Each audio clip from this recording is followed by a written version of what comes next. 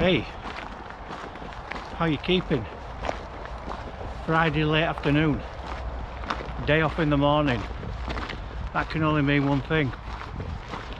I'm off for a camp.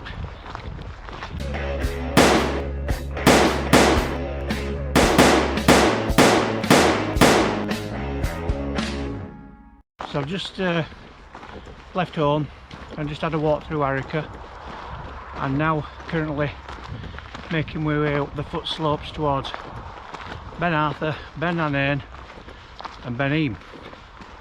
I haven't made a decision on where I'm going to camp yet. It's going to be on one of the tops of those three. I think I've got around about 3 hours to get up, because I'm in between rain. So it's rained most of the morning, and then there's rain due again around about 6 PM. So just after 3 now, so I need to get my foot down, but it's very close, so I'm going to try not to overheat. We'll pick this up a bit later on. For those that aren't sure about this route up to these 3 mountains, which I'm sure there's some out there maybe that's never been up here, it's a very good path, and you're walking through woodland for the large part of it, up to around about 950 feet, something like that, and then it starts to open up, and for the most, that's the steepest part of most of these hills done, really. And from now on in, for the next 1,000 feet, it's undulating really, steadily uphill, but undulating up to the Belak between the 3 mountains. It's around about 1,600 feet now, and I'm not expecting many, if any, up here today. With the rain this morning, the cloud level really dropped and all the tops now are clagged out. So with the rain forecast again this evening, I doubt there'll be anybody up here. The car park down in Arrochar was quiet, and I reckon there's about 20 folk past me on the way down, so that could account for all the cars in the car park.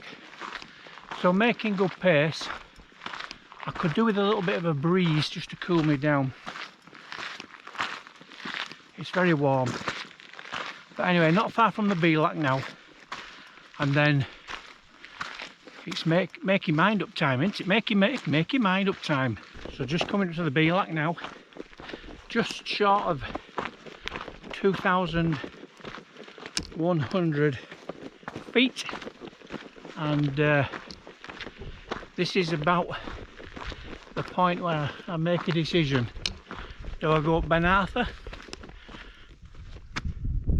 Ben Anane, or straight on to the biggest of the Arrochar Alps, Ben Eam? So irrespective of which one I choose, I'm not going to get a view, or it's very doubtful I'm going to get a view tonight.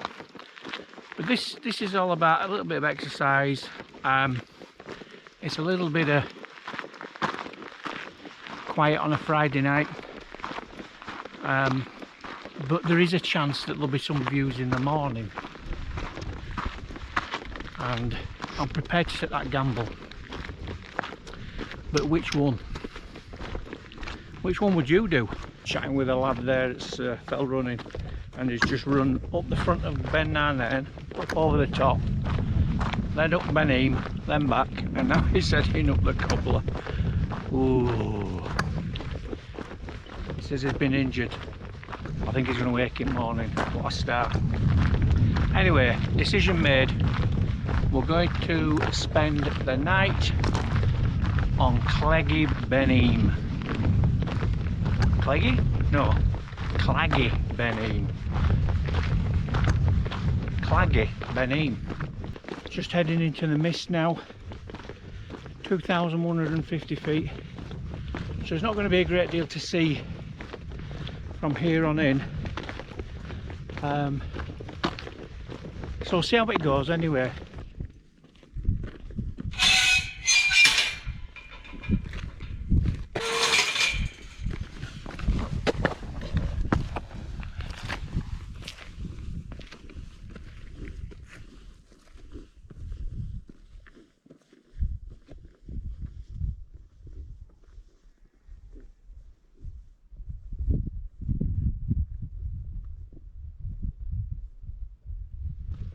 Right, here at the top of Ben Eam.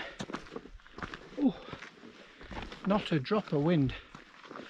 It's been a steamy one that last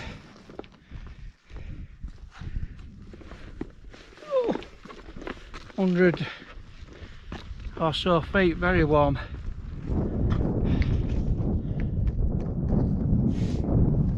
I don't know how many times that's Ben Eam done. Whoa, look at that, just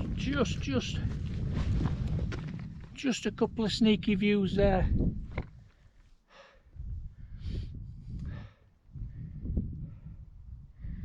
I don't know if it's going to improve or not. I mean, it is forecast rain very soon, and I can only assume that that's going to bring more cloud. Anyway, jobs are good. I'm going to just have a mooch round and see if there's anywhere to pitch actually up here near the summit. If there isn't, I can just drop back down again. Right, I have got pitched up, so I'm not too sure if you can see it, but that's just the summit there. So I've actually found this probably just about the only flattest and softest spot here really, which is quite good. I'm in the Jack Wolfskin 1, so it's the smallest tent I have. It actually just about goes anywhere, and well, I found a good spot. It's set to be reasonable tonight. I think when the rain turns up in a short period, I think it's going to, it'll be a bit blowy when that comes along. But I brought a couple of extra guy lines just in case, because this tent's not fantastic in the wind. But I might put just a couple of side lines on it just to help it deal with any of those gusts if they come. Right, it's quite cold now because obviously I've got quite a sweat on walking up there, so I'm going to dive in there. I'll put these guy lines on and then I'll dive in there and then just get warm and have a drink. Welcome to my home. Well, the rain's turned up now, so I'm going to be stuck in here now for some time, which is fine. There's nothing to see, so I'm probably going to get something to eat now and chili con carne tonight. So we've got yakisoba noodles, hot pepperoni and stag chili con carne. Ooh.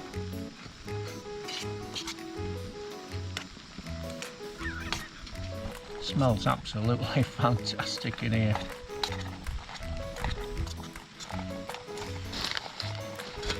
I've even got proper cutlery. So I'm doing these noodles first. I'm just throwing in the pepperoni, and then I shall get my chili con carne on. We can mix it all together, can't we? As good as this. I'd definitely have this again. I got some more noodles because they're on offer two for £1.25 or something like that, £1.50. The chili con carne is outstanding. It always is. That stag stuff's brilliant. And then pepperoni just gives it some bite, doesn't it? The majority of the world seems to be baking in 30 odd degrees and things like that, but here in Arrochar we like us rain.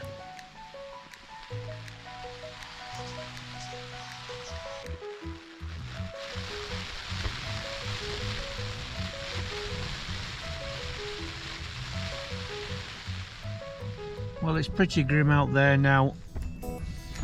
There's quite a breeze blowing up really. The tent's doing okay, that's fine. It's actually just stopped raining. But there's a very, very heavy clag out there. It's absolutely soaking out, stepping foot out in there. I've got my pots and pans soaking out there. So it's doing a job. I'm actually going to just chill out now, and hopefully we'll have a decent a decent morning and less of this rain and this clag around, and maybe we can get a few views.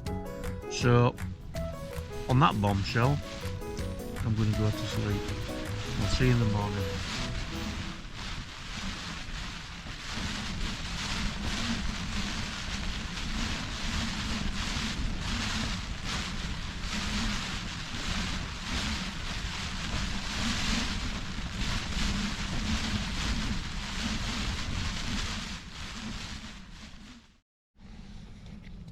Morning.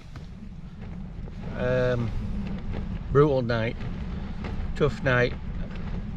It's not stopped blowing all night, which I kind of cope with, but the rain was absolutely relentless at times. It was actually rattling the tent for some massive periods. I've actually I've got a couple of leaks which has come through the tent. It doesn't surprise me, the tent's almost wet out. So I've got some wet spots where some drips have hit me sleeping bag, but I was perfectly dry inside. But there's nothing outside to see. It's just this swirling clag. So I'm going to get packed up and have breakfast at home. It's 6:45 in the morning now, so I'm just putting my waterproofs on now, and then I'm going to see if I can get this all packed away before the next band of rain comes along. Yes. Okay, heading down now. So just over the top and following the track down. So clagged out, you can't see anything. It's not raining, but it's very cold in the wind. So I shall make a little bit more progress and get down under this clag, and then we can pick it up from there. Okay, I'm down to the Beelac between the hills now, and still nothing to see. It's the wind's dropped now. I'm having all kinds of problems trying to keep my glasses clear. Anyway, that's what's that? That'll be 1,200 odd feet done. So nice and steady. There's still nothing to see. Over halfway down now. I'm going to knock it on the head here. I'm going to get home, get this tent dried, and get some more fab seal on it. See if I can get it resealed. And if there's any views worth showing you, I'll show you them at the end of this. But anyway, thanks for joining me. Not the best camp, not the best sleep, not the best weather, but it was a good camp nonetheless. See you next time. I can't actually see a thing. Are you there? Oh, see you next time.